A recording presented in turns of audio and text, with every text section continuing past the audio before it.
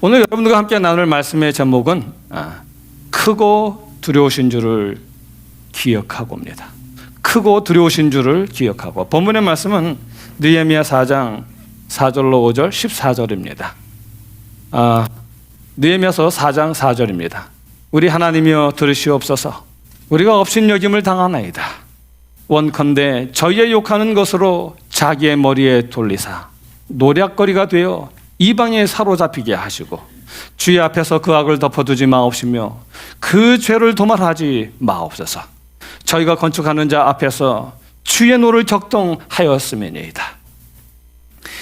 내가 돌아본 후에 일어나서 귀족들과 민장들과 남은 백성들에게 말하기를 너희는 그들을 두려워하지 말고 지극히 크시고 두려운 줄을 기억하고 너희 형제와 자녀와 아내와 집을 위하여 싸우라 하였느니라. 아멘.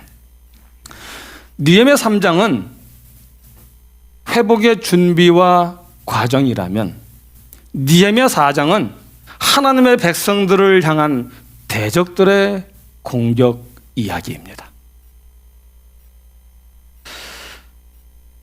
여러분, 비행기를 발명한 사람이 누구죠? 라이트 형제. 예. 라이트 형제 맞습니다. 그러나 20세기 초에 미국 사람들이 비행기를 만들어낼 인물로 주목했던 사람이 누군가 하면 세뮤얼 랭글리라는 사람이에요.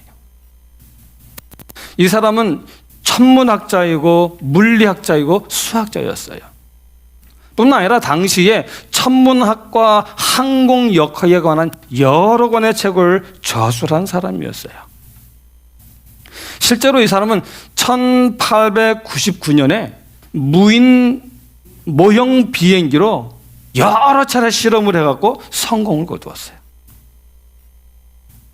그래서 미국 정부가 이 사람에게 지원금을 주면서까지 비행기를 연구하도록 했던 인물입니다. 그 결과 1901년 휘발유 동력 무인 비행기 시험에서도 성공을 하게 됩니다. 그래서 사람들은 야, 드디어 이 랭글리 박사가 사람이 탈 수 있는 비행기를 만들어낼 것이다라고 하는 엄청난 기대를 한 몸에 이분이 받게 되고 사람들은 기대하게 되었습니다. 그리고 그러한 기대 속에 마침내 1903년 10월 8일에 그레이트 에로드롬이라고 하는 비행기를 만들어서 직접 비행에 나섰습니다. 이 소식을 들은 사람들이 다 몰려와서요, 드디어 마침내 사람이 탈 수 있는 비행기가 만들어지는구나 하면서 그 장면을 목격하기 위해서 몰려들었습니다. 드디어 비행기가 움직이기 시작을 합니다. 그리고 이제 이륙을 해야 되는데 갑자기 비행기에 불이 붙어버렸어요. 그래서 그 비행기가 이륙하려고 하다 불이 붙어가지고 그 비행기가 강물로 추락하고 말았습니다.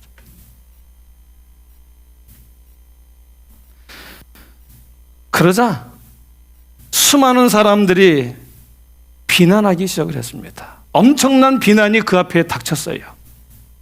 그러나 이 사람은 그 비난에 전혀 동요하지 아니하고 무엇이 문제였는지를 연구하고 해서 8주 뒤에 다시 비행을 시도하게 되었습니다. 이때도 수많은 사람들이 몰려들었어요. 이번에는 정말 성공을 거두기를 간절히 기원하는 마음으로 모든 사람이 바라보고 있었습니다. 드디어 이제 비행기가 움직이기 시작을 합니다. 이륙을 해야 합니다. 그런데 이게 웬일입니까? 그 비행기를 받치던 케이블이 끊어지면서 또다시 비행기가 강물로 추락하고 말았어요. 그러자 이번에는 더 큰 비난과 비웃음이 쏟아졌습니다. 말도 안 되는 일, 실현될 수 없는 일에 귀중한 나랏돈 그만 쓰라고 난리였습니다. 당시 뉴욕 타임즈에도 다음과 같은 그 실험을 혹평하는 기사가 실렸었습니다. 랭글리 박사가 쌓아온 과학자로서의 명성과 업적을 잃지 않도록 시간과 돈을 낭비하는 실험을 이제 그만두는 것이 좋겠다. 이 언뜻 보면 상당히 그의 명성과 업적, 그러니까 이 랭글리 박사를 굉장히 염려하는 것 같아요. 근데 사실은 그 내용을 가만히 뜯어보면 되지도 않을 일 이제 그만두라는 말이에요. 자질이 의심되는 과학자에게 더 이상 돈을 쓰지 말자는 것이죠. 결국 랭글리 박사는 실험을 포기했습니다. 그리고 실험을 포기한 채 삶을 살다가 2년 뒤에 쓸쓸히 이 세상을 떠나고 말았습니다. 그리고 그의 이름은 역사의 뒤안길에 묻혀졌습니다. 이 대중의 비웃음과 조롱은 이렇게 무서워요. 한 사람의 포부를 포기하게 만들 뿐만 아니라 그 사람의 인생마저도 끝장내게 만드는 것이 바로 조롱과 비웃음입니다. 이것이 바로 사단이 하나님의 백성들에게 가했던 공격이에요. 느헤미야 4장 1절로 3절에 보면 느헤미야서 4장 1절로 3절에 보면 산발랏이 우리가 성을 건축한다 함을 듣고 크게 분노하여 유다 사람을 뭐해요? 비웃으며 조롱하는 것입니다. 호숨치는 것입니다. 자기 형제들과 사마리아 군대 앞에서 말하여 가로되 이 미약한 유대 사람들이 하는 일이 무엇인가? 힘없는 유대 사람들이 하는 일이 뭐냐 이거예요. 그러면서 하는 말이 스스로 견고케 하려는가? 아니 불에 타다 남은 저 힘없는 저 존재들 저들이 도대체 뭘 할 수 있다는 말이냐 이거예요. 자기네가 어떻게 자기를 견고케 강하게 할 수 있겠느냐 하는 것이죠. 말을 바꾸면 어떻게 성을 재건할 수 있겠느냐라는 말이에요. 그러면서 하는 말이 제사를 드리려는가? 여기 제사는 성이 다 건축되고 난 다음에 하나님께 드리는 감사의 제사예요. 이 말은 무슨 말인가 하면 결국은 건축하지 못한다는 말이에요. 결국은 실패한다는 것입니다. 할 능력이 없다는 것이지요. 하루에 피력하겠는가? 소화된 돌을 흙무더기에서 다시 일으키려는가? 이 말은 무슨 말이냐면 당시 그 지역은 여러 가지 얘기가 있어요. 그 당시 그 지역은 그 건축을 위한 돌을 구하는 일이 쉽지 않았대요. 그래서 건축을 위한 돌을 구하지 못하기 때문에 무슨 말이냐 하면 건축할 돌도 구하지 못하는 주제에 무슨 건축을 한다고 그래? 니네가 하려고 해? 그러면 불에 다 탄 돌을 꺼내갖고 그걸로 건축할 거야 라고 조롱하고 있는 거죠 지금.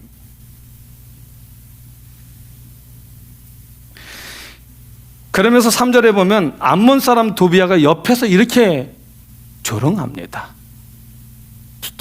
웃으면서요.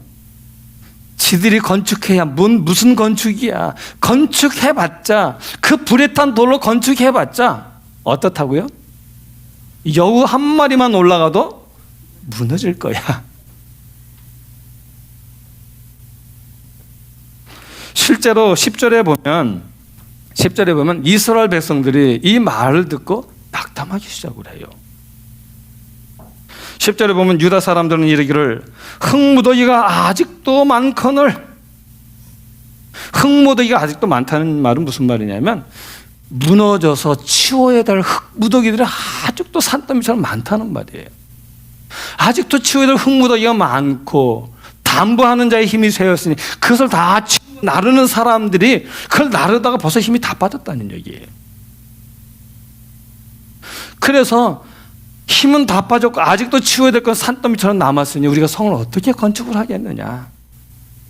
그러니 이쯤에서 우리가 그만두는 게 좋겠다라고 하는 것입니다.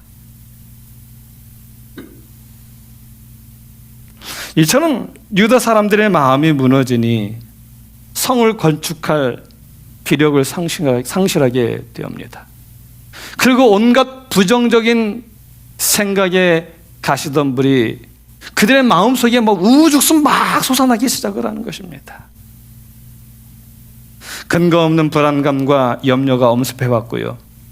들리는 풍문과 흉한 소식 때문에 그 마음이 정말 걷잡을 수 없을 정도로 마구 흔들렸습니다.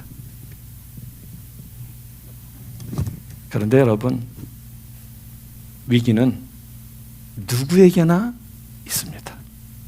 위기는 누구에게나 있어요. 그리고 그 위기는 어디에도 다 있습니다. 이 세상 살아가는 사람들에게 위기가 없는 사람은 아무도 없습니다. 그러므로 중요한 것은 뭐냐 하면 위기에 대한 대처가 중요한 것입니다. 성공한 사람들의 공통점 중에 하나가 뭐냐 하면 그들은 위기 때마다 유난히 그 위기를 만날 때마다 큰 힘을 발휘했다는 거예요. 한마디로 그 위기를 기회의 순간으로 역전시키는 능력이 있는 사람들이었다라는 것입니다. 느헤미야 역시 위기 관리 능력이 뛰어난 지도자였습니다. 느헤미야 4장을 보면 이 느헤미야도 이 위기를 대처하는 그의 대처법이 여러 개가 나옵니다. 오늘 우리는 그의 대처를 살펴보면서요, 오늘 우리도 우리의 영적 회복 앞에 놓여 있는 문제들을 어떻게 대처하면 좋을지를 배우면서 우리의 영적 회복이 이루어지기를 간절히 소원합니다. 느헤미야가 한 그 첫 번째 대처는 뭐냐면 기도하는 것이었습니다. 4절에 보면 우리 하나님이여 들으시옵소서, 우리가 업신여김을 당하나이다. 우리가 이미 지난 시간들을 통해서 살펴봤습니다. 느헤미야는 기도의 사람입니다. 탁월한 기도의 사람입니다. 그의 삶을 보면 언제나 무슨 일이 있을 때마다 가장 먼저 한 일이 뭐냐면 기도하는 일이었어요. 또 그의 모든 행동은 언제나 기도로 시작되었습니다. 한마디로 기도가 생활이 되고 습관이 된 사람입니다. 그러니 역시 여기서도 문제가 생겼을 때 하나님께 기도하는 것은 당연한 것입니다. 아주 자연스러운 모습입니다. 그런데 여러분, 기도를 하는 일이 가장 중요한 우선순위라는 사실을 우리가 알아야 됩니다. 왜냐하면 기도란 나의 생각을 멈추는 것입니다. 하나님 없이 하는 나의 생각을 멈추는 것입니다. 그래서 기도한다는 것은 나의 생각을 하나님께 드리는 것이고, 그래서 하나님의 인도와 지도를 따라서 생각하겠다는 것입니다.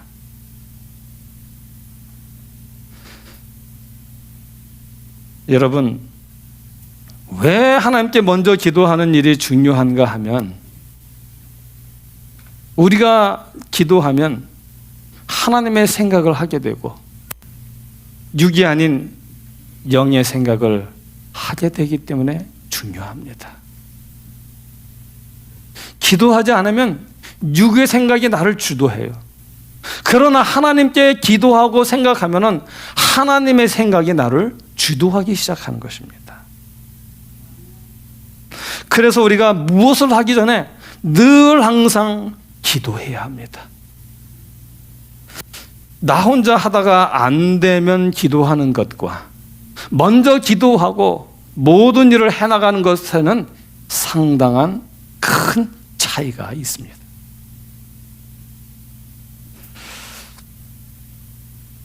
그러므로 느헤미야가 기도했다는 말은 어떻게 대처할까, 무슨 말을 할까 하는 내 생각을 멈추고 하나님의 도움을 구하며 하나님의 생각을 하기 시작했다라는 말입니다. 빌 하이벨스라는 사람이 너무 바빠서 기도합니다라고 하는 그 책에서 이렇게 글을 썼습니다. 뭐라고 글을 썼냐면, 능력은 침묵의 시간을 통해서 온다. 뭘 통해서 온다고요? 침묵의 시간을 통해서 온다. 당신의 인생 행로 전체를 바꾸는 결정들은 보통 어디에서 나온다고요? 지성소에서 나온다. 하나님의 보좌가 있는 곳이잖아요, 지성소가. 그렇죠? 예. 그리고 또 이어서 이렇게 말했어요. 뭐라고 말했냐면, 사단은 분주하게 만든다. 사단은 우리를 분주하게 만든다. 그래서 하나님의 음성을 듣지 못하게 하고 하나님으로부터 오는 지혜와 힘을 얻지 못하게 한다.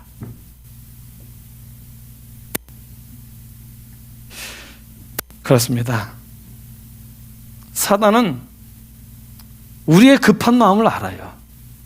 그래서 우리 마음에 항상 급한데, 급해 이거 하고 나서라고 하는 그런 생각을 집어넣어줘요.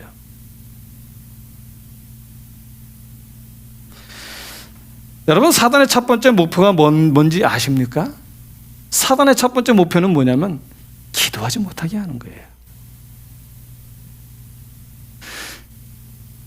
급한 불 끄다가 기도해야 한다는 생각을 잊어버리게 하는 거예요. 그 다 우리 경험하는 거 아닙니까? 어떤 날 아침에 일어나자마자 급하게 해야 되는 일이 있어서 눈 뜨자마자 해야 되는 그 일을 하고 나면 기도하게 돼야 안 돼요.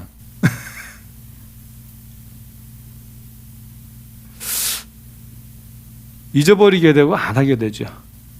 저는 그럴 때 그때 무릎 꿇고 다시 또 그래도 기도를 해요. 하나님, 늦게라도 기도합니다. 순서가 바뀌었지만 기도합니다. 하나님께 기도를 해요. 왜요? 그렇게라도 하나님께 가까이 하고 내 삶을 하나님께 드리고 그분이 나를 주장해 주시도록 간구하려고요. 내 오늘의 삶에서 내가 주인이 아니라 하나님이 주인 되어 주시는 삶을 살아갈 수 있게 해달라고 하나님께 드리려고 뒤늦게라도 기도합니다. 여러분, 우리가 기억해야 됩니다. 기도에 능력이 있습니다. 기도에 능력이 있음을 믿으시기 바랍니다. 기도는 우리의 눈과 귀 그리고 우리의 마음을 하나님께 향하게 만드는 거예요. 여러분, 우리가 실패하는 이유가 있어요. 왜 실패합니까? 우리가 실패하는 것은 우리의 눈과 귀와 마음이 어디에 있는 거예요? 하나님께 있지 못한 거예요. 그러므로 우리의 마음이 주님을 향한다면 더 이상 사단이 우리의 마음속에 영향력을 행사하려고 해도 하지 않아요.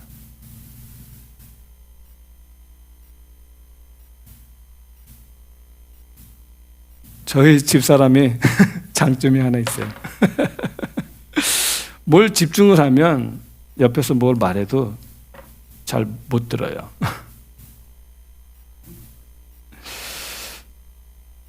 우리가 하나님께 집중하면 옆에서 사단이 떠들어도 안 들려요. 보이지가 않아요. 오직 들리고 보이는 건 뭐뿐이에요? 하나님뿐이에요. 그러면 사단이 아무리 우리를 유혹하려고 해도 유혹이 돼요, 안 돼요? 제가 결혼해갖고 처음에는 저희 집 사람이 그런 줄도 모르고 말대꾸도 안 하고 그래서 흔한 말로 아니 남의 말을 씹네.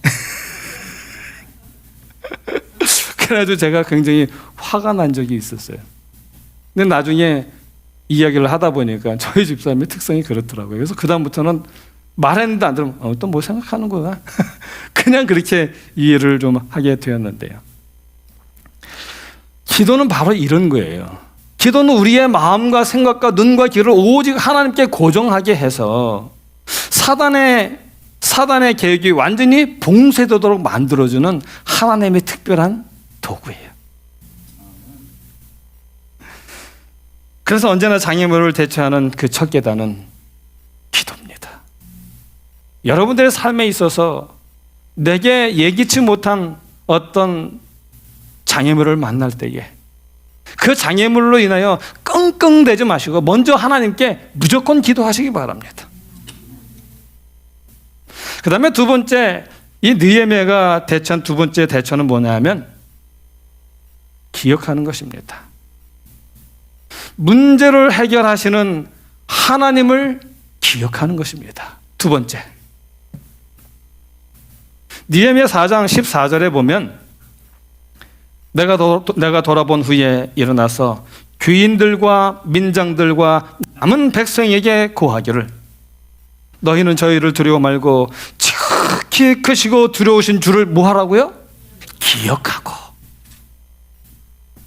지극히 크시고 두려운 주를 기억하고 너희 형제와 자녀와 아내와 집을 위하여 싸우라. 이 느헤미야는 비난과 조롱으로 낙심하고 주저앉으려는 백성들에게 큰 소리로 외칩니다. 너희는 저희를 두려워하지 말고 지극히 크시고 두려우신 주를 기억하라라고 이야기합니다. 여러분, 크고 두려우신 주를 기억하는 것이 믿음이고 신앙입니다. 사무엘은 블레셋과의 전쟁에서 이긴 후에 돌을 취하여 기념비를 세웠지요. 그리고 그것을 에벤 에셀이라고 했습니다. 그 이야기가 사무엘상에 나타납니다. 사무엘상 7장 11절 12절입니다. 이스라엘 사람들이 미스바에서 나가서 블레셋 사람들을 추격하여 벳갈 아래에 이르기까지 쳤더라. 사무엘의 돌을 취하여 미스바와 센 사이에 세워두고 여호와께서 여기까지 우리를 도우셨다 하고 그 이름을 에벤 에셀이라 하니라. 이 에벤 에셀이라는 의미는 뭐냐면 하나님이 도우셨다는 거예요. 도움의 돌이라는 뜻입니다. 하나님은 우리의 도움이시라는 거죠. 여기까지 하나님께서 우리를 도우셨다는 것입니다. 그래서 사무엘은 그렇게 돌을 가져다가 기념비를 세웠어요. 기념비를 세웠다는 말은 하나님을 기억하라는 말이죠. 여기까지 우리를 도우신 하나님이 우리의 미래의 삶에서도, 현재 우리의 삶에서도 미래의 삶에서도 하나님이 도우실 거라는 겁니다. 도우실 거라는 그 믿음을 가지고 살아가자는 것이죠. 여러분, 모세는 죽기 전에 이스라엘 백성들에서 많은 교훈을 남겼습니다. 그리고 그 교훈을 모은 책이 뭐예요? 신명기예요. 신명기입니다. 그리고 우리가 모세의 그 유언들을 그 많은 유언들을 딱 모아서 한마디로 요약을 한다면 뭐라고 요약을 할 수 있을까요? 기억하라는 것입니다. 기억하라 합니다. 이 기억하라는 말을 모세는 11번이나 했어요. 11번이나. 신명기 5장 15절을 한번 볼까요? 신명기 5장 15절에 보면 너는 뭐하라? 기억하라. 내가 애굽 땅에서 종이 되었더니 내 하나님 여호와가 강한 손과 편팔로 거기서 너를 인도하여 내었나니. 여기 지금 뭘 기억하라는 것입니다. 뭘 기억하라고 하는 것입니까 지금? 너희를 애굽에서 인도해 내실 때에 행하셨던 하나님의 능력을 기억하라는 거예요. 그 하나님이 강한 손과 편팔로 너희를 거기서 인도하여 내었다라는 것입니다. 결국 인도하신 그 하나님이 지금도 그 애굽에서 베푸셨던 능력을 우리를 위하여 베풀어 주실 것이다 라고 얘기하는 것이죠. 신명기 7장 19절입니다. 내 하나님 여호와께서 너를 인도하여 내실 때에 내가 본 큰 시험과 이적과 기사와 강한 손과 편팔을 기억하라. 내 하나님 여호와께서 내가 두려워하는 모든 민족에게 그와 같이 행하실 것이요. 이래서 기억하라는 거예요. 그 하나님께서 너희가 두려워하는 모든 민족들에게 여전히 강한 손과 편팔로 너희를 인도해 주실 것이다.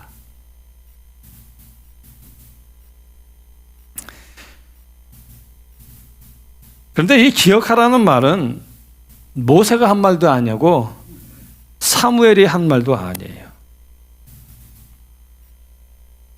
이 말은 하나님이 하신 말이에요. 여호수아 4장 1절로 7절에 보면 그 말씀이 나오는데요. 여호수아 4장 1절로 7절입니다. 그 모든 백성이 요단을 건너기를 마침에 여호와께서 여호수아에게 말씀하여 이르시되 3절입니다. 그들에게 명령하여 이르기를 요단 가운데 제사장들의 발이 굳게 선 그곳에서 돌 12를 택하여 그것을 가져다가 오늘 밤 너희가 유숙할 그곳에 두게 하라. 6절입니다. 이것이 너희 중에 표징이 되리라. 후일에 너희의 자손들이 물어 이르되 이 돌은 무슨 뜻이냐 하거든 그들에게 이르기를 요단물이 여호와의 언약궤 앞에서 끊어졌나니 곧 언약궤가 요단을 건널 때에 요단물이 끊어졌으므로 이 돌들이 이스라엘 자손에게 영원히 뭐가 되리라? 기념이 되리라. 그 요단을 건너게 하셨던 하나님의 능력에 대한 영원한 기념이 되게 하였다라고 이야기를 합니다. 기념이 되었다라는 말은 다른 말로 바꿔서 기억하라는 것이죠. 기억하라는 것입니다. 삶에서 문제를 만날 때마다 하나님께서 내 삶에 어떻게 개입하셨는지 또 어떤 섭리로 나를 이끌어 주셨는지를 뭐 하라고요? 기억하라는 것입니다. 느헤미야는 바로 에벤에셀의 하나님, 강을 건너게 하신 하나님의 능력을 기억했던 것입니다. 우리 교회 보내는 권면 359페이지도 보면 이런 말씀이 있습니다. 제가 금요일 저녁 예배 때 한번 읽어드렸어요. 우리는 주님께서 우리를 인도해 오신 길과 우리의 과거 역사를 통하여 주신 그분의 가르침을 뭐 하는 것 외에는, 잊어버리는 것 외에는 미래를 위하여 두려워할 것이 전혀 없다. 불안할 때, 두려울 때, 갈 바를 알지 못할 때 여러분 기억하시기 바랍니다. 하나님의 내 삶에 어떻게 개입하셨는지, 하나님이 어떤 섭리로 나를 이끌어 주셨는지를 기억하시기 바랍니다. 그 다음에 세 번째 느헤미야의 대처는 뭐냐면 믿음으로 행하는 것입니다. 믿음으로 행하는 것이에요.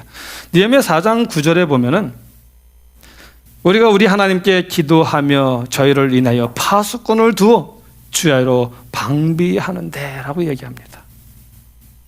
크고 두려우신 줄을 기억하고 싸우라라고 한 다음에 이 느헤미야가 한 일이 뭐냐면 방비하는 일이었습니다. 우리가 잘 아는 것처럼 백성 중에 절반은 무장시켜서 언제든지 적군이 쳐들어오면 싸울 수 있도록 준비하고 요소요소에 그들을 배치해 놓는 일을 했습니다. 그러니까 나머지 절반은 한 손에는 연장 들고 공사를 하면서 한 손에는 무기를 들고 일을 했습니다. 성경에 보면 그들이 밤에 잠을 잘 때에도 옷을 벗지 않았다 그랬어요. 이렇게 느헤미야가 적들의 위협에도 성벽 재건을 중단하지 아니하고 믿음으로 진행함으로 말미암아 마침내 성벽을 재건하게 됩니다. 이처럼 믿음에는 언제나 믿음의 행동이 따르기 마련입니다. 우리가 잘 아는 말씀이죠. 예수님께서 하신 말씀입니다. 누구든지 나의 이 말을 듣고 뭐 하는 자는? 행하는 자는 그 집을 뭐 위에 세운 지혜로운 사람이라고요? 반석 위에 지은 지혜로운 사람 같으니라. 또 야고보도 이렇게 말을 했어요. 야고보서 2장 14절 26절입니다. 믿음이 있노라 하고 믿음이 행함이 없으면 무슨 유익이 있으리요? 그 믿음이 능히 자기를 구원하겠느냐? 이 말은 우리가 잘 이해를 해야 돼요. 너희가 믿음을 가졌는데 그 믿음을 따라 너희가 행하고 믿음을 따라 행하는 일이 없다면 우리를 구원하는 하나님의 일은 없을 거예요. 우리가 그 믿음을 따라 행할 때에 하나님께서 우리를 구원하신다라는 것입니다. 우리가 잘 아는 것처럼 이스라엘 백성들이 홍해를 건널 때에도 어떻게 했어요? 또 특별히 요단강을 건널 때 어떻게 했습니까? 그들의 믿음으로, 그렇죠? 믿음으로 그 요단강의 발을 딱 디딜 때에 요단강이 갈라졌다는 거예요. 38년 된 병자의 이야기도 마찬가지예요. 예수님께서 내 자리를 들고 일어나라고 했어요. 그런데 그가 어떻게 나음을 받았습니까? 그러고 나서 그가 치유받는 과정의 이야기가 나오거든요. 치유받아서 일어난 게 아니라 그 사람이 그 말씀을 믿고 자기의 있는 걸 다 챙겨가지고 일어나려고 믿음으로 행하니까 일어나게 되었다라고 성경은 이야기하고 있거든요.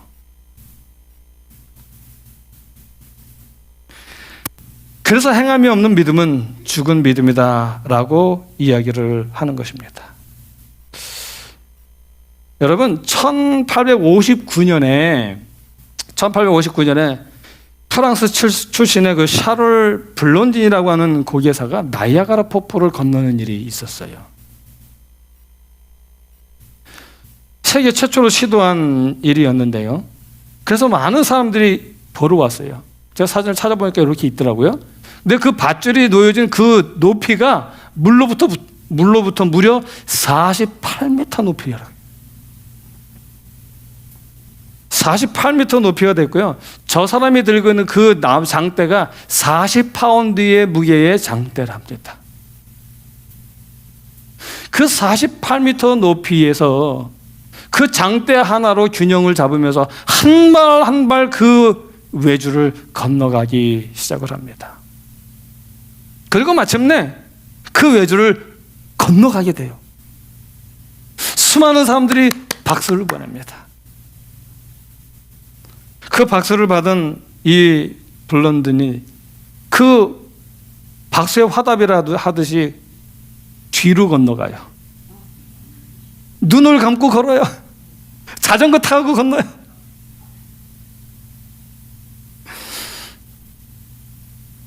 이렇게 고개가 끝날 때쯤에 블론든이 그 관중들을 향해서 소리를 칩니다. 여러분, 혹시 제가 등에 사람을 업고 이걸 건널 수 있을까요? 라고 물었어요. 뭐라고 말했을까요? 예스! 예스! 라고 했습니다. 그럼 집사님 뭐라고 말했을까요? 블론딘이. 혹시 내 뒤에 등에 타실 분 계십니까? 오십시오. 라고 했어요. 그랬더니 왔을까요? 안 왔을까요? 안 왔어요? 그럼 안 믿은 거네요. 전혀 아무도 안 왔어요. 그래서 이 블론든이 어떤 한 사람을 불렀어요. 그 이야기를 살펴보면 그의 매니저다 누구다 뭐 여러 설이 많아요. 어쨌든 그가 누군지는 모르겠지만 해리 콜코드라는 사람입니다. 그리고 그 사람한테 물었어요. 당신 믿습니까? 믿는다 그랬어요. 그러면 나오십시오. 그리고 내 뒤에 타십시오라고 했대요. 이 사람 나왔을까요? 안 나왔을까요? 나왔어요. 이 사람이 나와서 이 사람 등 뒤에 탔습니다. 그리고 이 사람이 그 줄을 건너갔어요. 여러분, 이 블론딘이 할 수 있다는 사실을 믿은 사람은 몇 사람이었습니까?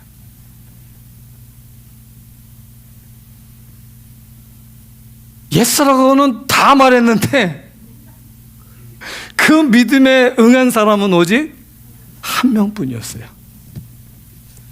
오직 그 한 사람만이 이 블론딘을 믿었던 것입니다. 우리 영적 재건에 있어서도 믿음의 행위가 있어야 돼요. 그 믿음의 행위, 그 요단강에 발을 디디는 행위가 있었기 때문에 갈라지고 건넌 것처럼 우리가 하나님을 믿는다면 믿음을 따라 행하는 행위가 나타나는 것입니다.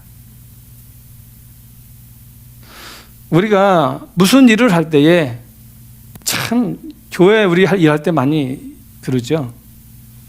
뭘 하면 요것도 따져보고 저것도 따져보고 요것저것 다 따져봐요. 그리고 나서 결정을 해요. 여러분 이것저것 다 따져서 성공할 수 있는 확률이 80%, 90%, 100%다. 그래서 하면 그건 믿음일까요? 아닐까요? 제 생각엔 믿음 아니에요. 그거는 그냥 확인하는 거지 그건 믿음이 아닙니다. 어제 저녁 때도 제가 그랬어요. 아브라함에게 하나님께서 뭐라고 말씀하셨는가 하면 너는 내 앞에서 행하여 완전하라라고 말씀을 하셨거든요. 근데 그러고 난 다음에 이어지는 이야기가 무슨 얘기인가 하면 아브라함의 100세 되고 90세 된 아브라함과 사라 사이에 아들을 주겠다라는 약속이었죠. 그러므로 그 말씀의 이야기를 통해서 볼 때에 하는 말씀은 뭐냐면 인간의 상식을 뛰어넘고 우리가 경험해보지 못한 그것을 하나님이 너에게 말씀할지라도 너는 뭐 하라는 거예요? 믿으라는 것입니다. 오늘 우리가 하는 모든 일들은요 계산해 봐서 되면 하는 거고 아니면 안 하는 게 아니라 계산해 봐도 아닌데 하나님은 하라 그러셔요. 그래서 해야 됩니다. 그것이 믿음입니다. 여러분 저는 이렇게 생각을 해요. 믿음에는 성공도 없고 실패도 없다라고 생각을 합니다. 아니 하나님께서 하라고 하신 그 믿음의 일에는요 성공뿐이다라고 생각을 합니다.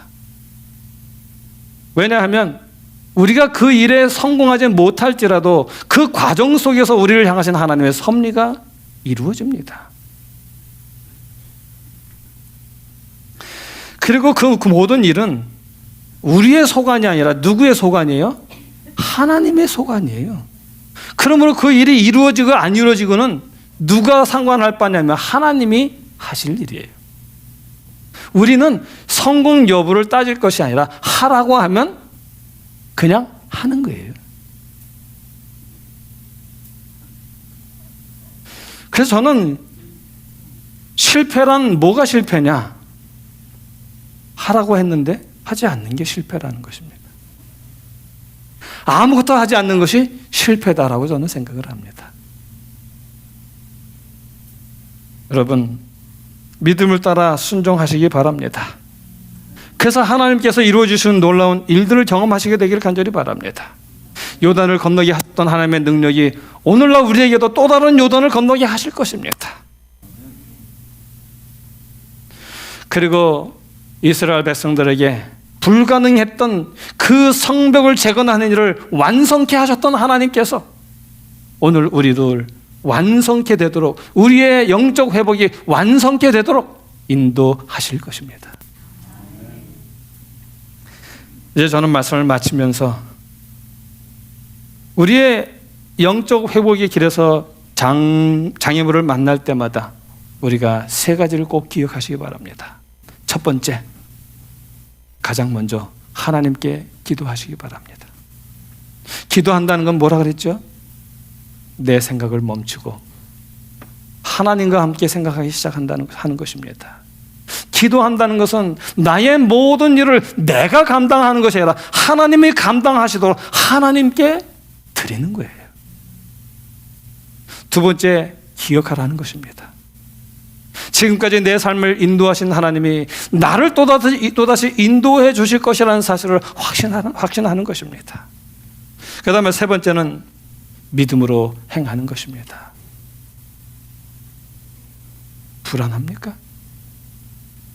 두렵습니까? 그 시간은 기도해야 되는 시간입니다. 그 시간은 크고 두려우신 줄을 기억해야 하는 시간입니다. 그리고 그 시간은 믿음으로 발걸음을 내디뎌야 하는 시간입니다. 아무쪼록 저희 여러분이 그렇게 함을 통해서 하나님께서 이스라엘 백성들을 회복시키신 것처럼 우리 모두를 회복시키시고 또 우리가 교회를 하나님께서 그렇게 크게 회복시키사 하나님의 놀라운 일을 이루어 주시는 아름다운 복된 교회가 되기를 간절히 바라면서 오늘의 말씀을 줄이겠습니다. 아멘.